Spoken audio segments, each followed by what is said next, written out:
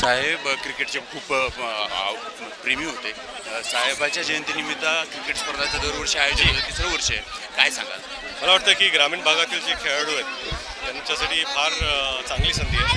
एवढ्या मोठ्या प्रमाणात इथे एक चॅम्पियनशिप आयोजित केलेली आहे आणि T10 ग्रामीण हे जे आयोजित केलेलं आहे, मला कुठेतरी वाटतं की ग्रामीण भागातील जे खेळाडू आहेत ते खरंच चमकतील.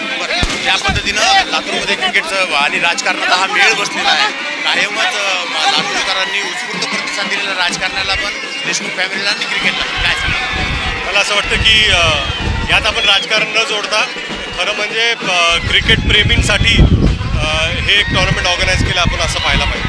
आणि नवीन चित्रपटाच्या काही संकल्पना काय सांगाल? नाही, काय नाही, सध्या काम चालू आहे. तर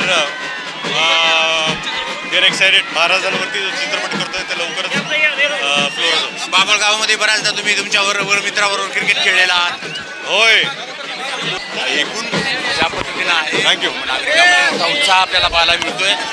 ग्रामीण T20 स्पर्धेसाठी मोठा उत्साह इथे आपल्याला दिसतो आणि हा उत्साह लातूरकरांनी मोठ्या प्रमाणात प्रतिसाद देत दिलेला आहे.